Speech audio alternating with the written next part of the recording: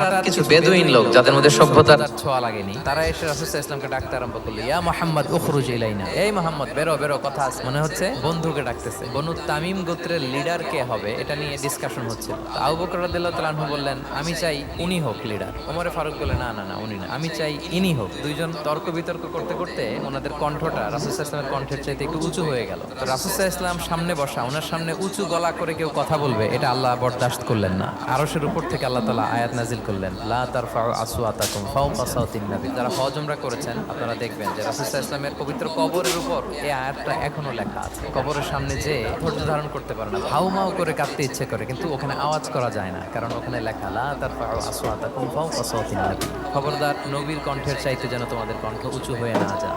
যদি যায় তোমাদের আমলগুলো বাতিল হয়ে যাবে। আল্লাহ তাআলা এখানে আদব শিক্ষা দিলেন যে রাসূল সাল্লাল্লাহু আলাইহি ওয়াসাল্লামের সামনে কথা বলতে গেলে খুব ভদ্র ভাষায় কথা বলতে হবে, শালীন ভাষায় কথা বলতে হবে।